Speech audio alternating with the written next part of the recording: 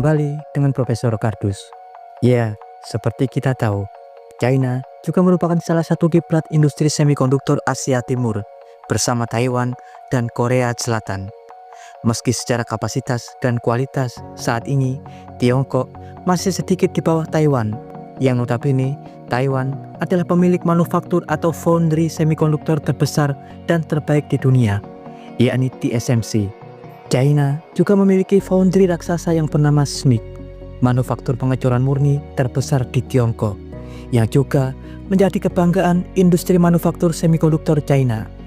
Meski faktanya saat ini industri manufaktur semikonduktor Tiongkok harus mendapatkan serangan bertubi-tubi dari barat, terutama dari Amerika Serikat, yang ditujukan untuk menghambat pertumbuhan dan evolusi teknologi Tiongkok.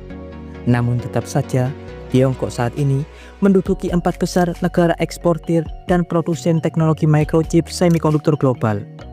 Diketahui, tercatat pada 2024 saja, China sukses mengekspor hingga 1,3 triliun yuan atau sekitar 159,7 miliar dolar untuk produk chips elektronik, di mana saat ini mayoritas produk ekspor microchips China adalah produk chips node logika standar untuk memori, IoT, chips mobil listrik, dan sebagainya. Dan sebagian adalah chips node 14 hingga 7 nanometer, node tertinggi yang dapat dibuat China saat ini.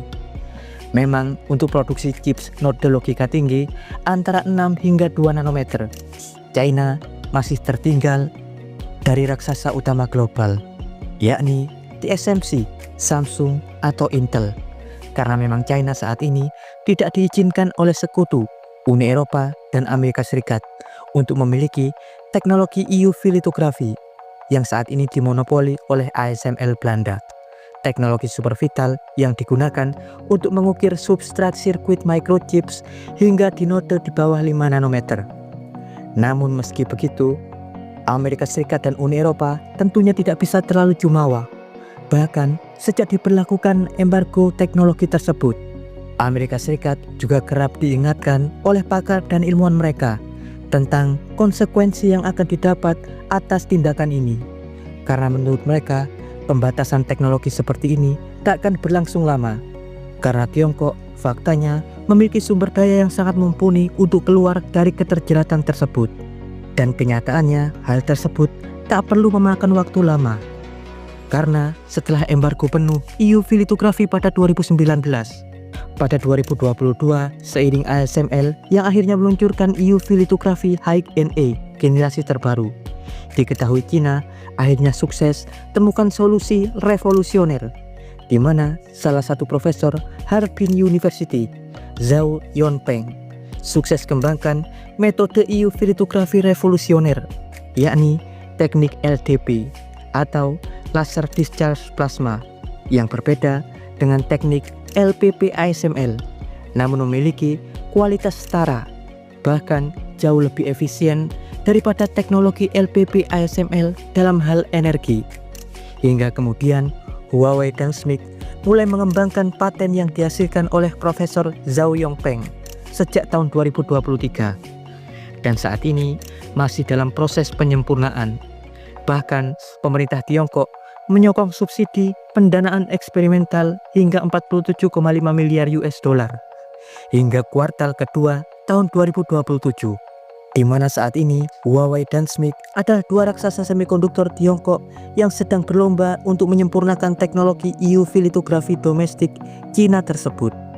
Ya, diperkirakan proyek ini akan rampung pada 2030 mendatang. Dan saat itu terjadi, rival-rival mereka seperti TSMC, Samsung, atau Intel, pastinya SMIC dan raksasa semikonduktor China lainnya siap untuk menghantam dan bersaing sengit untuk teknologi logika tinggi di bawah 5 nanometer. Tak hanya sampai di situ, sambil menunggu penyempurnaan teknologi litografi LDP yang sedang dibangun oleh China, China juga tengah melakukan berbagai upaya bottleneck, atau dengan berupaya melepaskan diri dari titik kemacetan dalam memproduksi chips logika tinggi tanpa EUV litografi.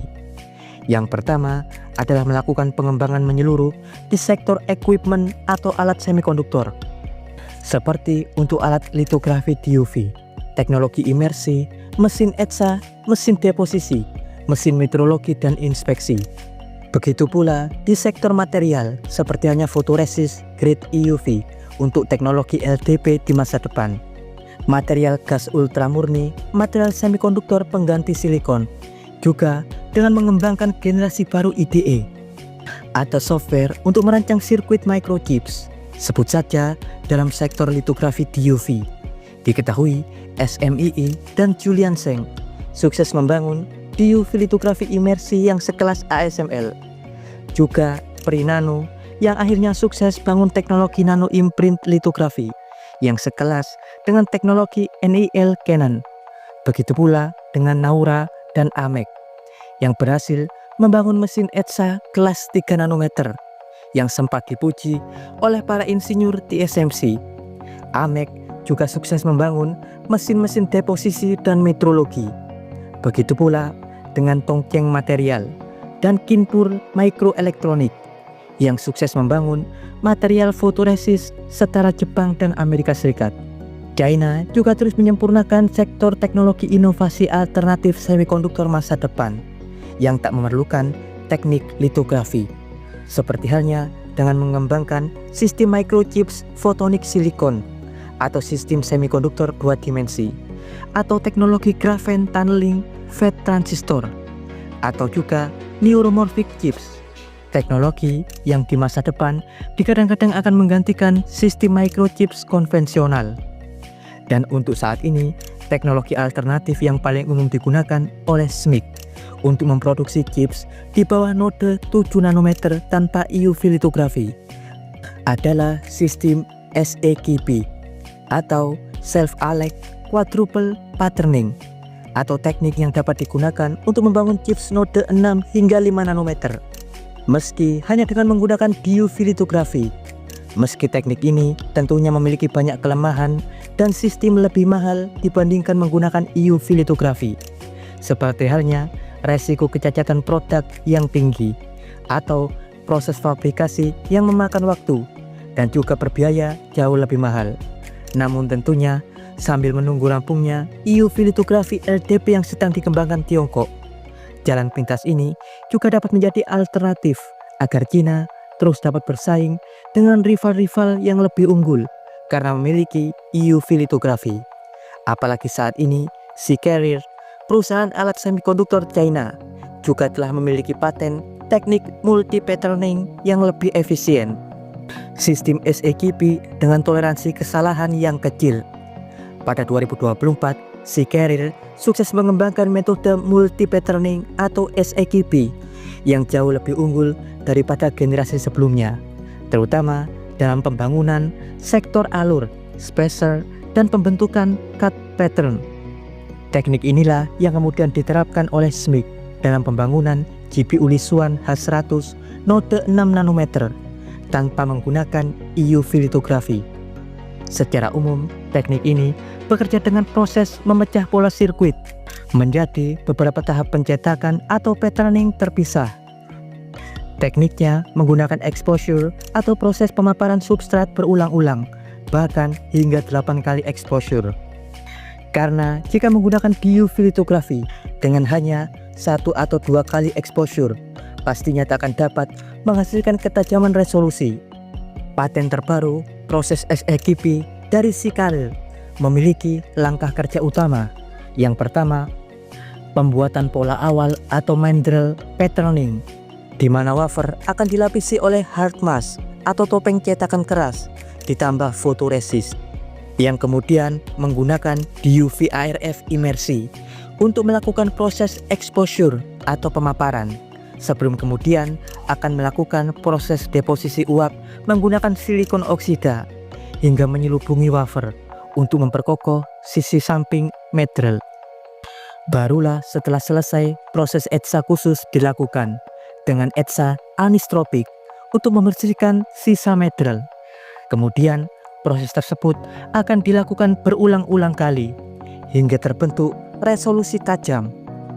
Karena sistem pola yang terbangun dan terbentuk ultra sangat rapat, paten baru dari C-Carrier ini memiliki resiko kegagalan yang lebih kecil, meski dalam aspek biaya dan waktu produksi tentunya masih lebih tinggi daripada teknologi EUV litografi.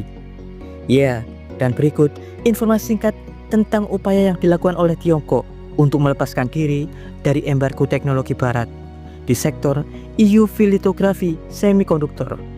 Jangan lupa like dan subscribe di channel Profesor Kardus. Tak berijazah, tapi genius.